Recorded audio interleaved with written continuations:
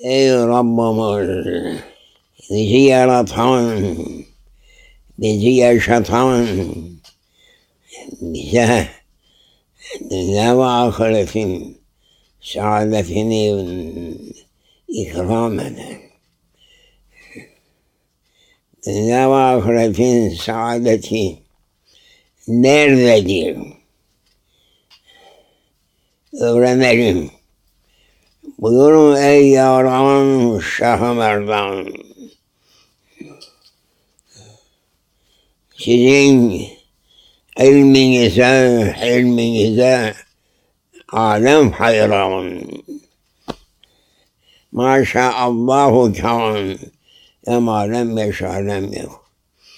Allahümme gavvi dafena birida. Zayıf kullarız. Bize kuvvet ver ya Rabbi. Şeref ver bize ya Rabbi. Ey Rabbimiz, Subhanemiz, Sultanım.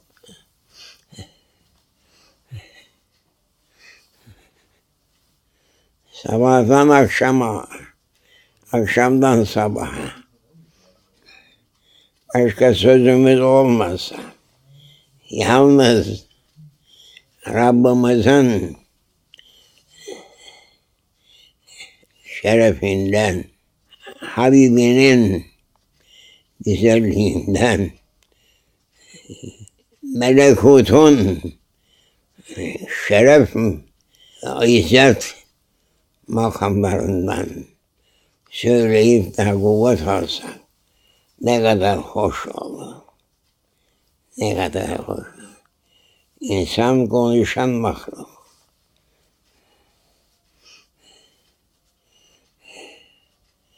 Konuşan mahluk. Lakin konuşmasının bir değeri olması lazım. Konuşmaya değer veren nedir? Buyur ey Şah-ı Merdan, yaranınız size hayran. Konuşmamızın şerefi var. İnsan konuşur. Lakin her konuştuğundan ona bir şeref gelmez.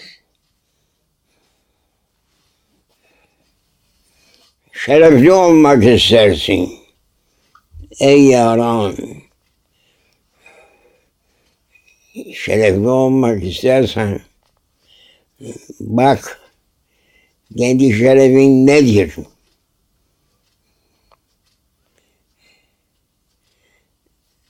Halk arasında olan itibar başkadır. Gökyüzündeki melekuttaki itibar başkadır. Maşallahu kân. Allah'ına kavli daha fena bir lida. Bize bir kuvvet olsun. Bir şeref olsun. Allah'ına kavli daha fena bir lida. İnsan ve hulikal insanı daifa. İnsan zayıf yaratıldı. Kavli daha fena bir lida. Senin raşlığın, senin bize vereceğiyle bize şeref olur, kuvvet olur, nur olur. Allahümme kavmi da'fena birida. Ey Rabbimiz bize razılığın yolunda şeref ver, kuvvet ver. Zayıfız. Lakin bizim zayıflığımızı bizden giderecek ilahi lütfundan bize ikram eyle. Allahu Ekber. Her defa Allahu Ekber deyişle insana bir kuvvet verir. Ruhani her sözden ve her hareketten insana bir şeref gelir. Adem peygambere buyur ey Şah-ı Merdan, yaranınız size hayran. Ey Şah-ı Merdan. Adem peygambere 10 sayfa değil mi? Endirildi. Bir şeref verildi ona. Bir şeref verildi.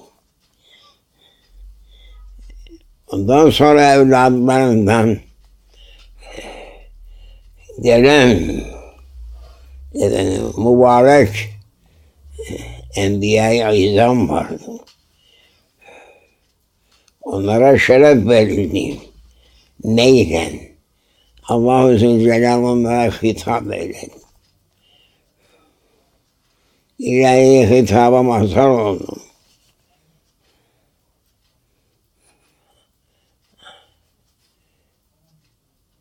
Ya Musa, inni ene rabbuke fakhla'an aleyh. Öyle mi? Musa Peygamber'e hitap. Başka peygamberler olmadı ona. İhlâ'n aleyh. Beşeri sıfatlarından arın, temiz ol, ruhani sahaya giriyorsun. Medet ya seyyid. Şimdi gireceğin makam kolay bir makam değil. İhlâ'n aleyh. Ayakkabilarini çıkar. İnneke bil vadil mukaddesi tuva. Subhanallah. Celle Celaluhu. Cellet azametuhu. Musa Peygamber'e İhlâ'n aleyk. Nabımlarını çıkar. Yani bu dünyaya ait olan sende ne heves varsa at. Bırakma. İnneke bil vadil mukaddesi tuva. Tuva dediği vakitinde manasını Cenab-ı Hak bildirdiğinde bilirdir. Bir vadil mukaddesi tuva. Ne hitaptır bu? Musa Peygamber anlar onu. Her peygambere o hitap gelmedi. Musa Peygamber'e geldi. İhlâ'n aleyh. Hitap gökyüzündendir.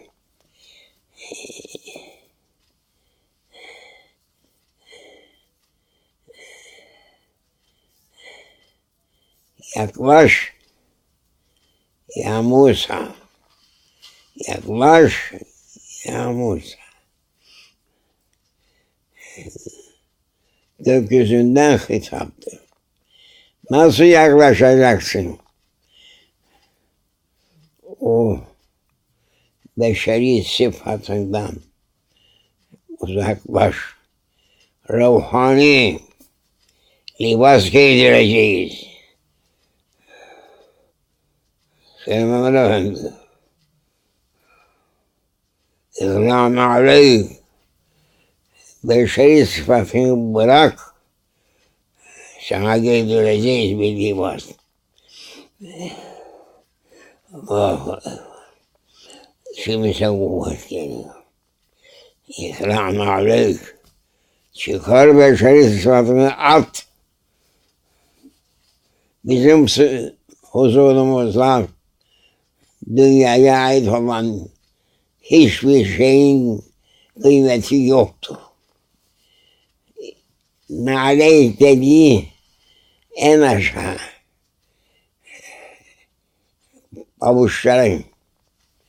babuşların dediği dünyada seni dolaştıran ayaklarına giydiğin beşere ait olan bir sıfattır o. Onu çıkart diyor. Dünyayı çıkart gönlünden. Bize teveccüh et. İnneke bil vadil mukaddesi tuva. Allahu Ekber, Allahu Ekber. Manasını kim bilir? Ey Şah-ı Merdan buyur diyelim. İnneke bil vadil mukaddesi tuva. Öyle bir kutsiyet taşıyan bir makamdasın ki senin ayağındaki babuşlarla o sahaya basılmaz. Yani beşeri sıfatlardan arınmadıktan sonra sen o makamı idrak edemezsin. Sana giydireceğiz. Bir nükte var orada.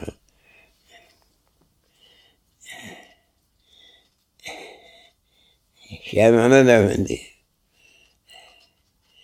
İhla naleyh kimin vasıtasıyla söyledi? Orada Musa mı dururdu?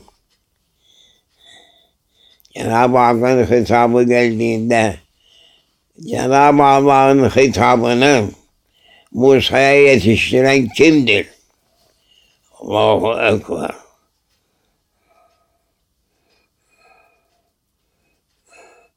Cenab-ı Hak tenezzülü subhanesiyle o hitabı yapmıyor o.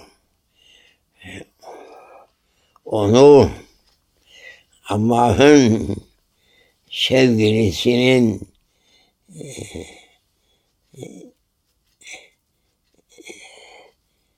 hakikatine verip o hitabı yapan sirrul kainat, kainatın sırrı kendisinde olan Habibullah haydi söyle.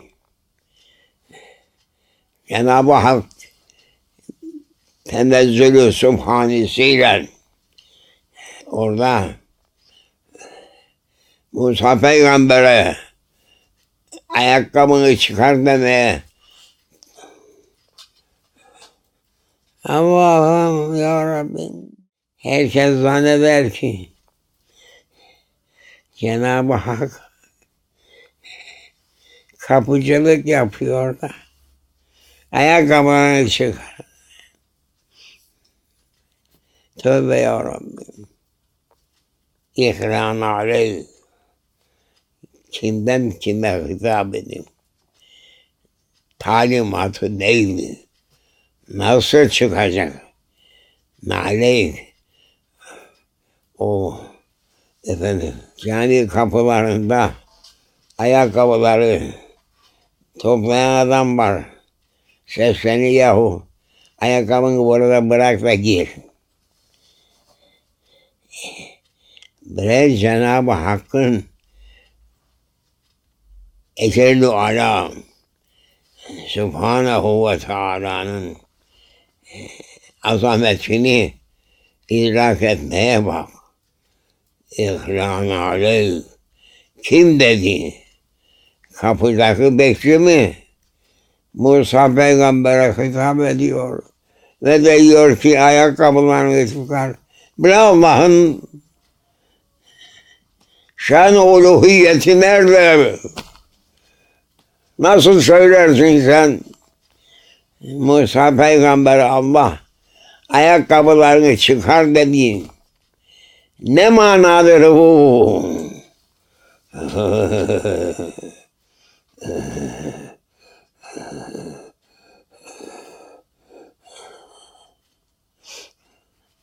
Azameti hudara buyur ey Şah-ı Merdan.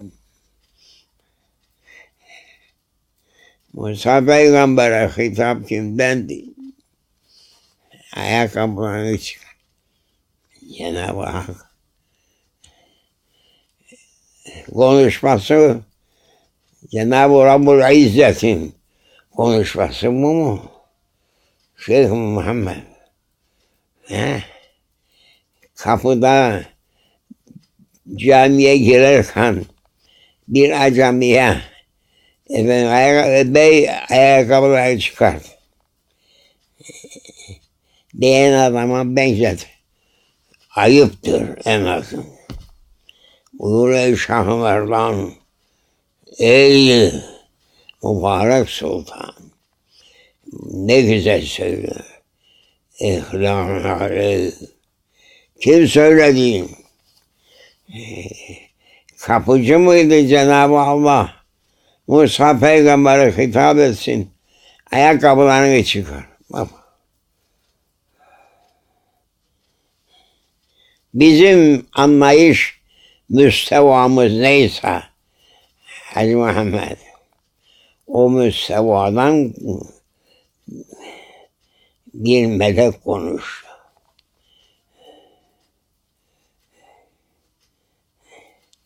Cenab-ı Hakk'ın zat-ı uluhiyetine yakışmaz. Ey Musa ayakkabıları ne camiye girerken şaşkın adam efendim ayakkabılarına girerken kapıcının çağırdığı bey ayakkabılarını bırak öyle gir. O hesaba mı gelir o?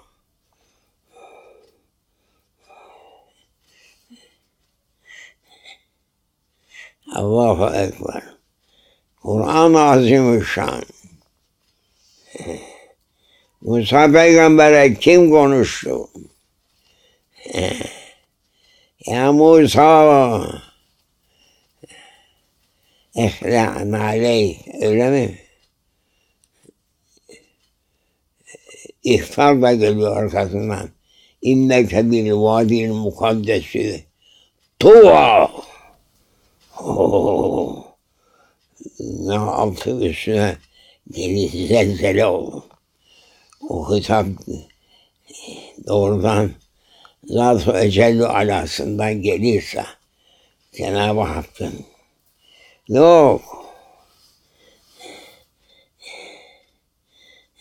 Sultan yanına gelecek adama sultan çağırmaz, ayakkabını çıkar da gel.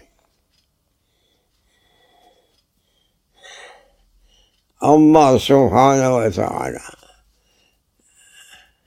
El-Aliyyul Azim Mevla'l Kerim Rabbun Azim durup da Musa Peygamber'e kendisi ayakkabını çıkar demeye onun zatına göre değil. Buyur ey Şah-ı Merdan. Neler var? Kur'an-ı Kerim içinde. İhlan aleyh. Allah Musa Peygamber'e efendim konuşurken ayakkabılarını çıkardı. Kime konuştu? Kime ihbar etti?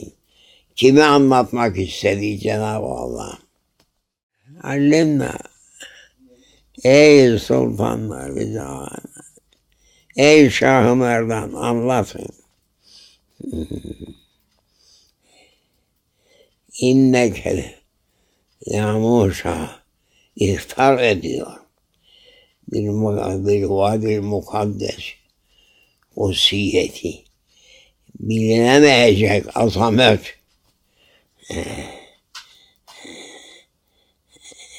Bir Vadil Mukaddesi, Vadil Mukaddesler. Bizim bildiğimiz vadi midir? İki dağın arası mıdır? İnsanla Rabbisinin arasındaki mıdır? Nedir? İhran aleyh. Ayağındaki babuşlarını çıkar. Kapıcı mı Allah'ı üzerer. Kim hitap etti? Bilesin. Hocam Musa'ya şaşkınlıktan geliyor. Şaşırttı Musa peygamber. Bu hitabın heybetinden şaşırttı. Ya Musa, İhran aleyh. Ey Musa, ayakkabını çıkar. Kapıcı mı? Ayakkabını çıkar deme. Haşa. İnneke bir vadil mukaddesi tuğal. Öyle bir makamdasın ki tuğal. Her şeyi süpürür götürür. Aman ya Rabbi. Ey meşayihler. Siz bilirsiniz, biz bilmeyiz. Ey Şah-ı Merdan. İnneke bil vadil mukaddes. Hususiyeti nedir? Nereden bileceksin? Hitap bu. Cenab-ı Hak bizzat Musa peygambere böyle hitabı yetişmez. Ya. Ey Yahud kavmi, dinle.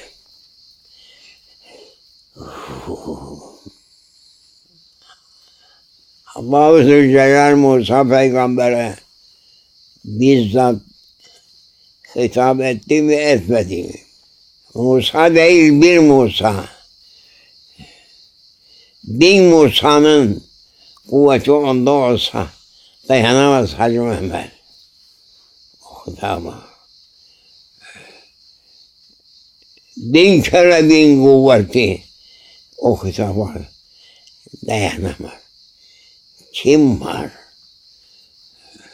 Tadil eden. O hitabı anlamaya, anlatmaya mesul olan kimdir orada?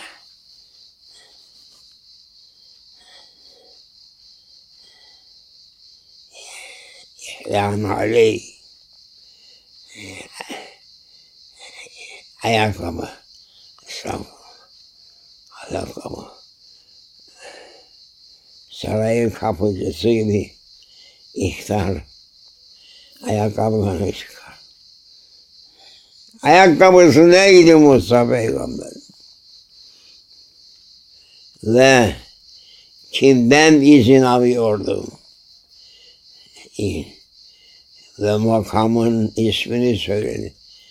İnneke bil vadil mukaddesi tuva. Ey ehli kitap, dinle. Cenab-ı Hakk'ın Musa Peygamber'e hitabı nasıl oldu? Dinle, öğren. Musa Peygamber sizin gibi dünyaya sarılmış olsaydı bir para gıybeti olmazdı. Her kim ki dünyaya muhabbeti var, dünyaya sevgisi var, altına sevgisi var, zinete sevgisi var, Allah yanında gıybeti yok.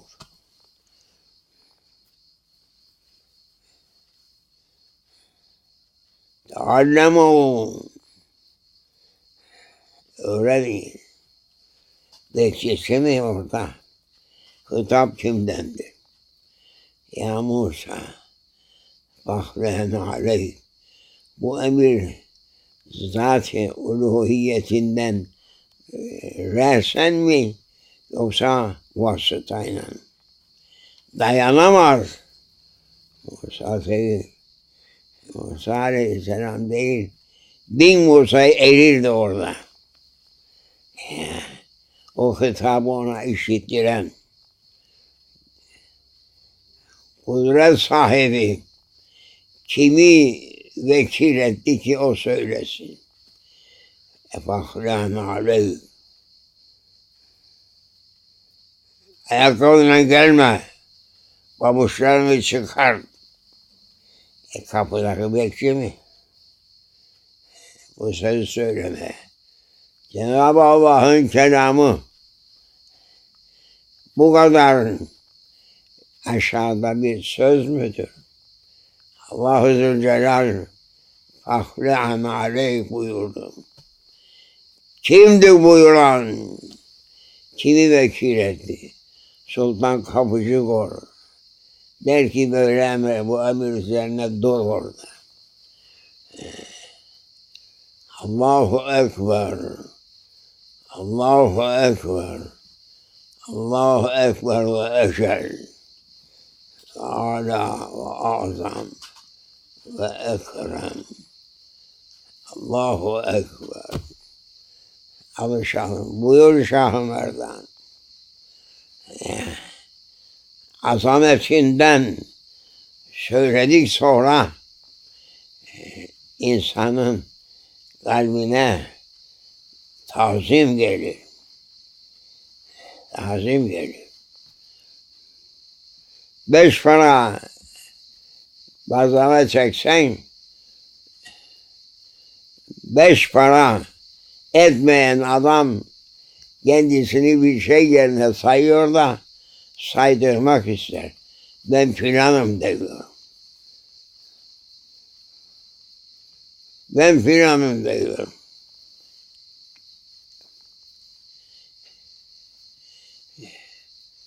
Kimsin? Ben filan imparatorluğun başıyım. Filan reisim. Cumhur reisiyim. Veya kralım. Peki. Bu kadar. Sende büyüklük, azamet var. Bir demiş, ya bu kadar büyüklük olduğu halde acaba demiş, bu kadar büyüklük satan adam abdesthaneye gitmez mi? Abdesthaneye gitmez mi dediği vakıda getirdi onu büyüklüğünü. Bu abdesthaneye giden insan neye büyüklenirsin? Büyüklük gökyüzünden gelir. Yeryüzündeki nişanlarla değil. Yeryüzündeki nişanlarla göğüslerini dolduruyorlar. Kıymeti yok. Gökyüzünden gelmedi. Bugün var, yarın yok senin nişanların. Allahu Ekberul Ekber. Ey Rabbimiz, Subhansın, Sultansın. Ey Rabbimiz demeye bile bizim hakkımız olamaz.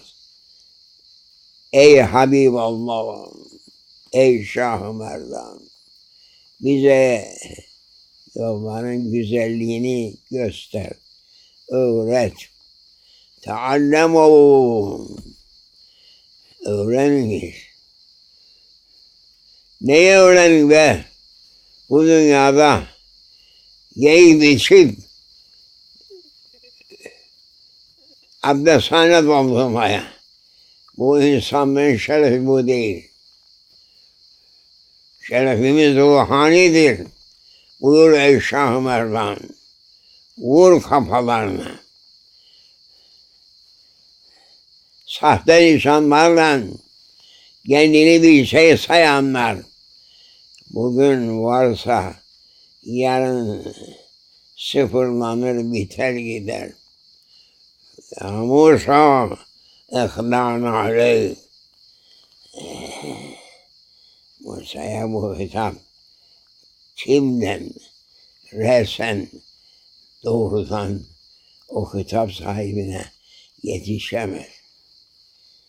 Allah-u Zülcelal Hazretleri kapıcı değildir. Kim söylesin, ayakkabılarını çıkar. Kimdir söylesin, İsa Nebi söylesin, sor. Musa Nebi söylesin, sor. Süleyman Peygamber'e sor. Nuh Peygamber'e sor. Kimdi diyen, ayakkabılarını çıkar diyen.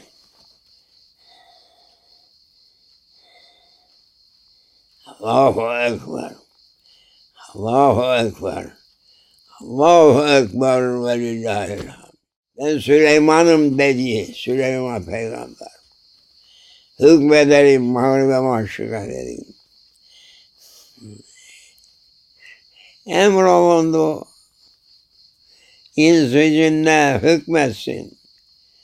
Süleyman Peygamber. Azametli Peygamber. Peygamberlerin içerisinde en azametlisi. İnsi cin titrerdi emrinden. Ölüm meleğine emrolundu. Ayakta dururken ruhunu al.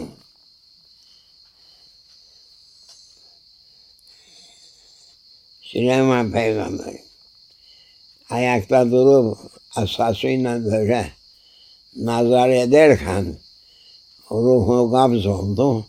Allah'ın hikmeti düşmedi. Ta ki dayandığı asası çürüsün, düşsün. Sen kimsin yahu? Bu dünyaya ne kadar bağlanır? Sahte ünvanlara ne için bağlanırsın? Edebini taşı. Edebini gözet. Bilesin. İnneke bilvâlil mukaddes tuva. O noktada değiliz biz. Bize hitap Haqqani aleyh. Ayakkabılarını çıkar. Huzurumuza öyle gel. Ayakkabılardan işte filan en meşhur bata ayakkabısı. Ya. Buraya ayakkabıya bakarlar. Herkes senin yüzüne mi bakarlar?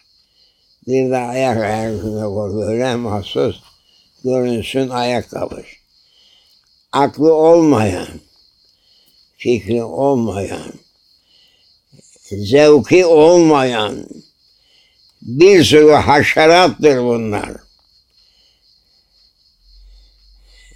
Olma. Haqqani aleyh. Hoca Musa'ya hitap geldi. Ayakkabı. Allah Celle ve Ala kapıcı mıydı? Ki Musa Peygamber'e ayakkabılarını çıkar da gel. Zaten kendisi hazır.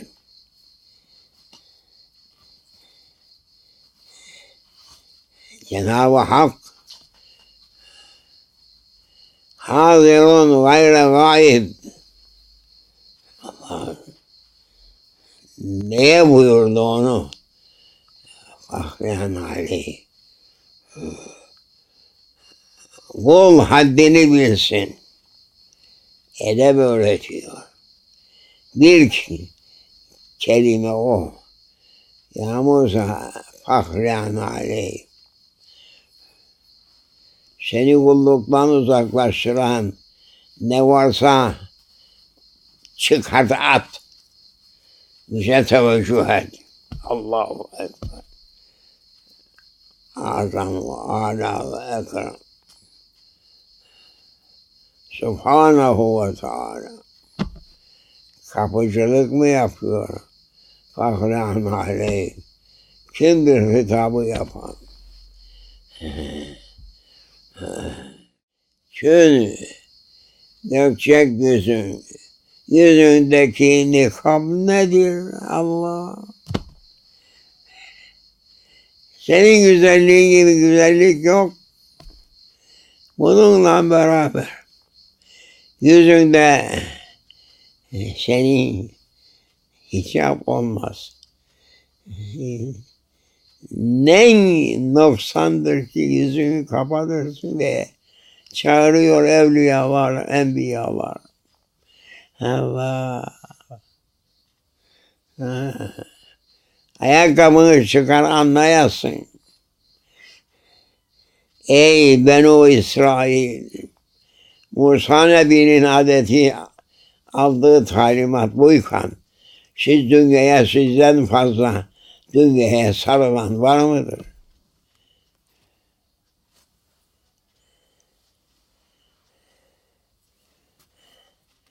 Onun için Yahud kavmi kabirlerinin üstüne büyük taş koyarlar.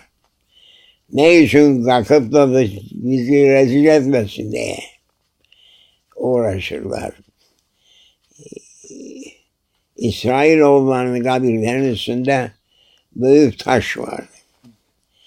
Çikar'da dışarı çıkmaz.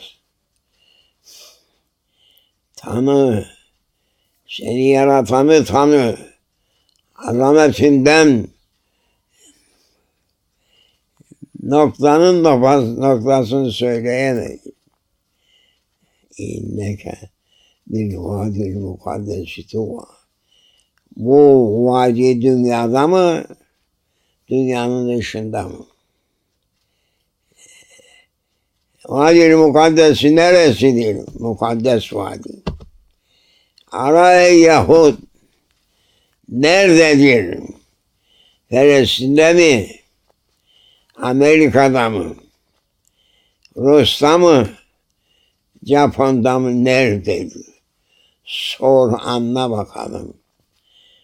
Musa Peygamber'e hitap neredeydi? Nereden geldi? Ey Rabbim, azamet ve kudretine nihayet olma. Ehli irfan meclisinde aradım kıldım talep, ilim engirude bir illa edeb illa edeb. Edepsiz bir dünya şimdi. Edepsiz olmuş bu insanlar. Ne için? Bir takım ve elbise giydiklerinde, başlarına bir kendilerine göre şeref veren bir şapka koyduklarında kendilerini insan zannediyor. Sen insansan ölme.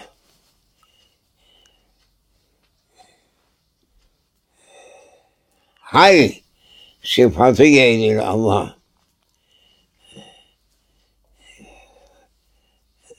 Kuluna, geniyi tanıyana, geniyi tanımayanlar da heykellerin altında çürümüş, kokmuş olurlar. Subhansın ya Rabbana. Mübarek ayın bereketine bize senin güzel yollarını Habibin öğretti.